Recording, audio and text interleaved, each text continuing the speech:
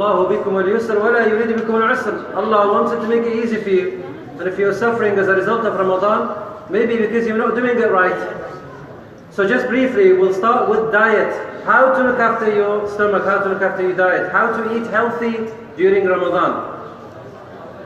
When it comes to suhoor, for example, a lot of us think that because the daytime is too long, that we're going to die, because we're going to be hungry, we're going to be starved to death.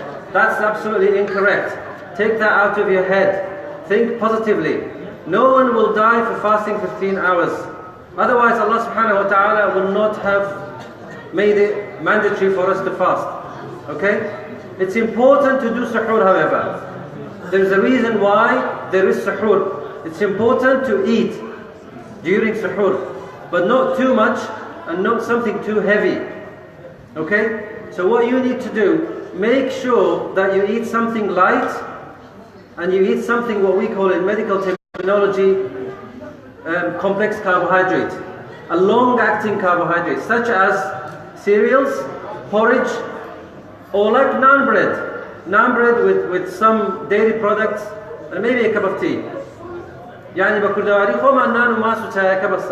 So something simple just to keep you going, because these long-acting or complex carbohydrates will last you longer. They slow to digest, slow to go into your body, and slow to release energy throughout the day. Porridge, cereal, something light, nothing too heavy, absolutely no fried food, absolutely no food left over from iftar from the day before. Some of us do this. There's some food left from iftar, they heat it up, although it's a heavy meal, suitable for iftar but not suitable for suhoor. So please don't do this. Don't fry things for suhoor. Don't eat oily food. For two reasons. One, it's too heavy on your stomach, and two, because it will make you thirsty. Oil will drag water. And if you have any oily food during suhoor, you will feel very thirsty on the day.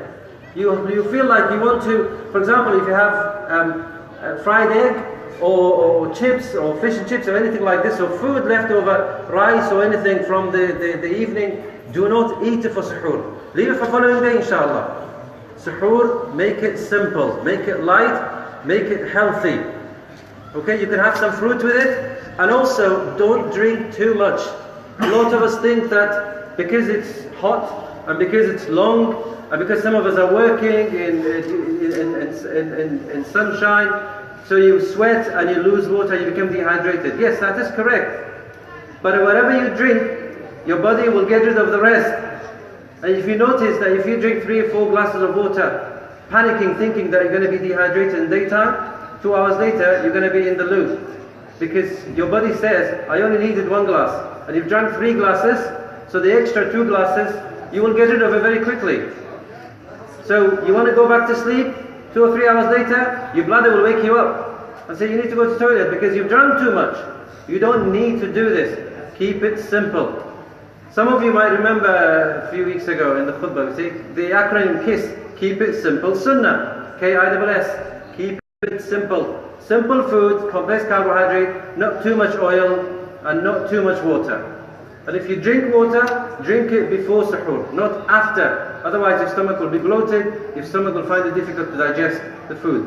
A lot of us go back to sleep after suhoor. That is okay, because that is the lifestyle here. Ideally we shouldn't, or at least stay awake for another hour if you can, recite some Quran, do something good for your stomach to digest some of that food. Sleeping on a full stomach will make you feel ill. And when you wake up early, you wake up late, depending on your lifestyle, depending whether you're working or not, just carry on your daylight as usual.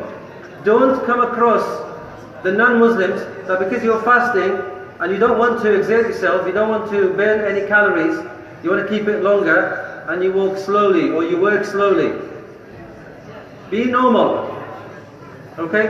And when it comes to evening iftar, because you're hungry, we're all going to be hungry, and you all want to eat, don't eat too much.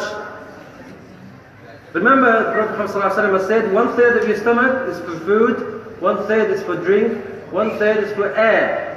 Believe it or not, your stomach needs air. Basically, it's not your stomach, it's your lungs.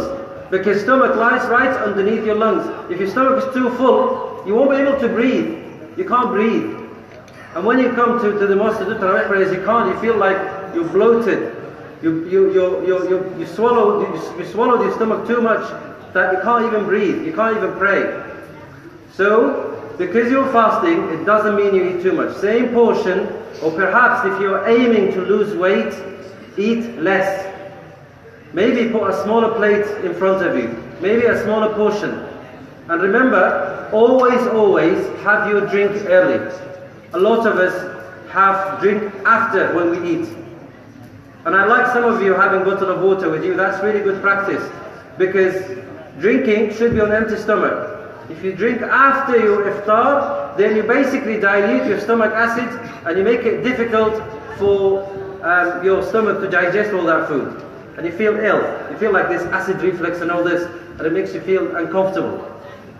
So as soon as you break your fast with dates or something, have a glass of water. And then you pray Maghrib, and then you eat.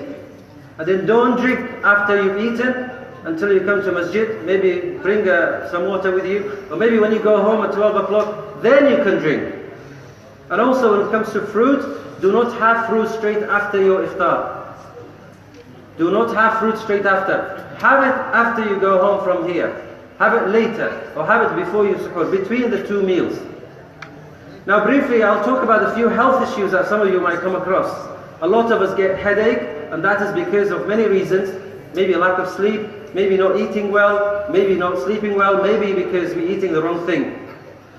And if you are suffering with headache, take some paracetamol, simple paracetamol, before suhoor, and hopefully that will keep you going until iftar. If you suffer with dehydration, try and take it easy on yourself, have some rest at work, and don't drink too much only because you get dehydrated. If you suffer with chronic conditions, with a health issue, you're not supposed to fast. And that's why Brother Ihsan yesterday mentioned that Allah subhanahu wa ta'ala already knows. He's created you. He knows your capabilities. He knows your limits. He knows that when it gets too much, you can't do it. لا يكلف الله نفسا إلا وسعها. That's it. You don't need to push yourself to the limit. If you suffer with heart disease, liver disease, kidney disease, you don't need to fast. Allah subhanahu wa ta'ala has given you excuse very clearly in Quran. فَمَنْ كَانَ مِنْكُمْ مَرِيضًا أَوْ عَلَى سَفَرٍ فَعِدَّةٌ مِنْ أَيَّامٍ أُخَرٍ.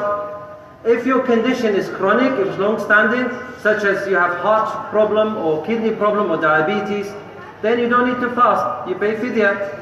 But if you have a small or very temporary illness, for example, you get an infection, you take antibiotics, you can't fast, then you pay back later.